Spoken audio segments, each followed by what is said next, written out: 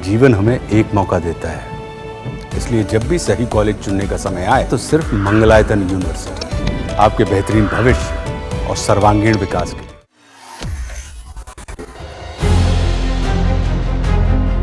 देश में national highway और एक्सप्रेसवे पर सफर करने वाले लोगों के लिए एक बड़ी राहत की खबर है।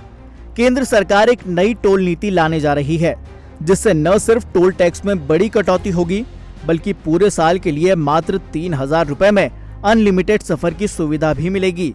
इस पॉलिसी में क्या नया है और इसके आने के बाद नेशनल हाईवे और एक्सप्रेसवे का सफर कितना बदल जाएगा, ध्यान से सुनिए। सबसे पहले बात करते हैं नई टोल नीति की। नई टोल नीति के तहत टोल प्लाजा की पुरानी व्यवस्था खत्म कर दी जाएगी और इसे प्रति किलोमीटर शुल्क प्रणाली से बदला जाएगा। उदाहरण के लिए ऐसे समझिए, अगर आप 100 किलोमीटर का सफर करते हैं तो कार चालक को करीब 50 रुपए देने होंगे। दूसरी बड़ी बात यह है कि अब सालाना पास की सुविधा भी मिलेगी, वो भी मात्र 3,000 रुपए में। सरकार इस नई नीति के तहत एक सालाना पास की पेशकश कर रही है, जो केवल 3,000 रुपए में मिलेगा और इसके जरिए कोई भी कार साल भर असीमित हाईवे यात्रा कर सकेगी, वो भी बिना किसी एक्स्ट्रा टोल टैक्स के। ये पास नेशनल हाईवे, राज्यों के एक्सप्रेसवे और नेशनल एक्सप्रेसवे सभी पर मान्य होगा। साथ ही फास्टैग अकाउंट के जरिए ये पूरा भुगतान होगा, कोई अलग से पास नहीं लेना होगा। इस नीति के सामने सबसे बड़ी चुनौती थी कंसेशनरों और कॉन्ट्रैक्टरों के पुराने अनुबंध, जिसमें ऐसी सुविधा का कोई प्रावधान नहीं था। सरकार ने इसे हल करने के लिए एक फॉर्मूला तैयार किया है।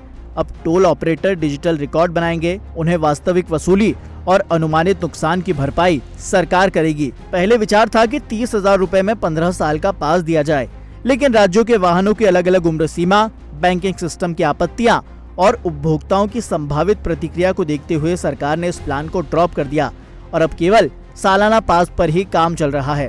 साथ ही अब भारत विकसित होता जा रहा है, लिहाजा नई टोल प्रणाली अब पूरी तरह से बैरियर फ्री और इलेक्ट्रॉनिक होगी। यानी कि अब तक टोल पर जो आपको बैरियर नजर आते थे वो अब देखने को नहीं मिलेंगे। Automatic number plate recognition system भी पूरे देश भर में लागू किया जा रहा है। फास्टैग और ANPR मिलकर देश की सभी सड़कों पर डिजिटल टोलिंग सुनिश्चित करेंगे।